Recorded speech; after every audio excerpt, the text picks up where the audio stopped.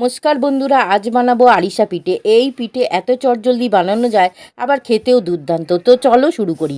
প্রথমে কড়াইতে হাফ বাটি চিনি দিচ্ছি, আর দিচ্ছি হাফ বাটি জল, আর দিচ্ছি হাফ চামচ লবণ। এবার চিনিটা গলে যাওয়া পর্যন্ত অপেক্ষা করব। তারপর দিচ্ছি হাফ মালা নারকেল কোড়া। এবার খুব ভালো করে মিশিয়ে নেব। তারপরে এক বাটি চালের গুঁড়ো দিচ্ছি, তোমরা যে কোনো চালের গুঁড়োই দিতে পারবে। এবার ভালো করে মিশিয়ে নিচ্ছি, সাথে সাথে মেশানো হয়ে যাবে, আর এটা খুব নরম হবে, তোমরা দেখে বুঝতেই পারছো।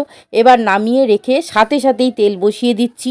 তেলটা গরম হতে হতেই যতক্ষণ, তার মধ্যে হাতে একটু ঘি মাখিয়ে ছোট করে লেচি কেটে হাত দিয়ে গোল পাকিয়ে তারপরে চ্যাপটা করে তেলে ছেড়ে দেব।